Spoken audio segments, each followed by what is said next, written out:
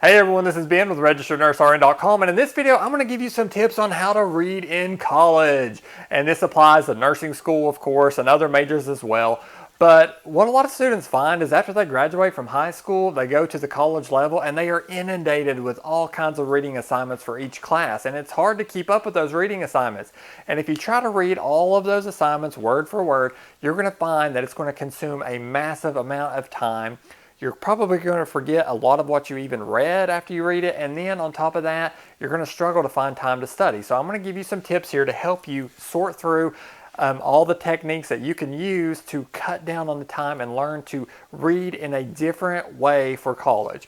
The first thing I would point out though is that you don't necessarily need to read for every class, and I had a lot of classes in college where the professor, they would require you to get a textbook and everything, but really they would just go by lecture notes and PowerPoints for certain exams. And I found that for a lot of classes, I didn't really have to read the material in the book. In some classes, I didn't even hardly crack my book open.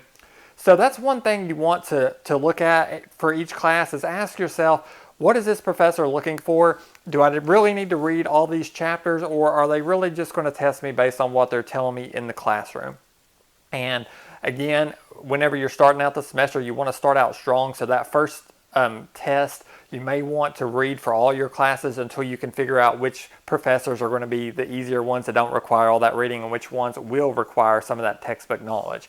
Now, before you actually go to each class, you do want to read the assignment that they have listed in the syllabus, because the syllabus will tip you off. It'll tell you, for example, November 25th, Chapter 1 is going to be covered in class. So you want to go ahead and have Chapter 1 read or skimmed before you go to class. That will help you as you take notes, and you'll have a foundation there, and you can build on that foundation.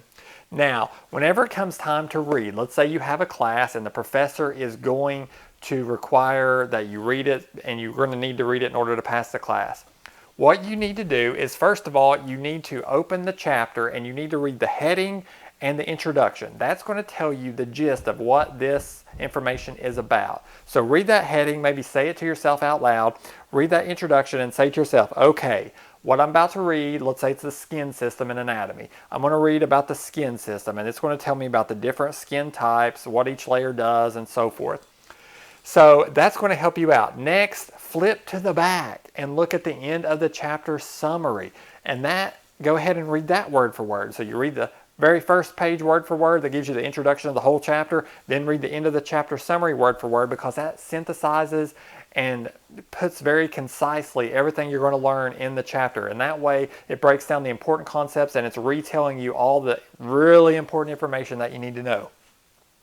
Next, you go back and you actually begin to read, but you're not reading word for word. What you're doing is you're skimming, you're repeating, and you're trying to understand what the book and what the chapter is trying to convey to you. So what I would typically do is, let's say this is a sheet of paper in a book. I would look at the chapter and say, okay, chapter 2. This is going to be on the skin system, and read the introduction, read the end of the chapter summary, then go back. And let's say the very first heading is skin system. Read the first couple of sentences on that page, and then look for highlighted words, bold words, italicized words, underlined words, anything that the textbook authors are trying to tip you off that this is an important concept. So take note of those and either jot down those as a note or say it aloud to yourself. Okay, this word, let's say, okay, this is about the epidermis. Epidermis is the outer layer of the skin. Say that to yourself, because that's what they're trying to convey.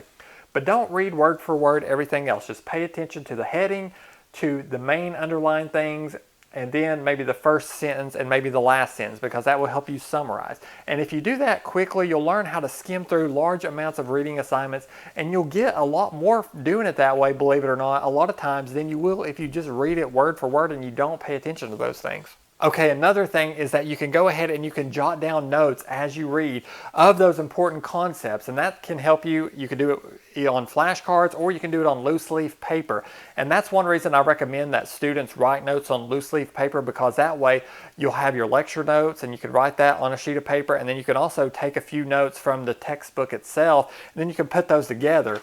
Whereas if you use like a spiral notebook like this, what tends to happen is it's harder to keep them organized, because you'll have like chapter 3 here, and then you might get off track and have go to chapter 4, but then you'll go back and have more chapter 3 notes. So it's better with loose leaf paper because you can take it, organize all the chapter 3 notes together, staple them, put them here, and so forth. Another tip is that you could even go as far as having your study guide out, and I would recommend that for those classes that are really difficult, that you're going to struggle with, like microbiology, anatomy, physiology, pharmacology, things like that. So that way you can open it up, have the study guide there, and as you're flipping through each chapter, reading the headings, looking at a couple of those definitions, look at the study guide and say, okay, is there anything the study guide is tipping me off to and saying, this is really important? And if so, stop and take more time on that section. And then another thing is that you could even record yourself reading some of these concepts, but you probably don't want to do that for the whole chapter. Instead, you're going to want to do that, let's say at the end, if you've made some notes, read and record on your smartphone or something like that. And then that way you can listen to that later while you're taking a shower, driving, or something like that. And that's a way you can get in some more study time. And then finally, when you do struggle with a certain topic in a course, that's when you're going to want to go back and read word for word. So let's say you're reading this whole skin section and there's a part that you really just don't get.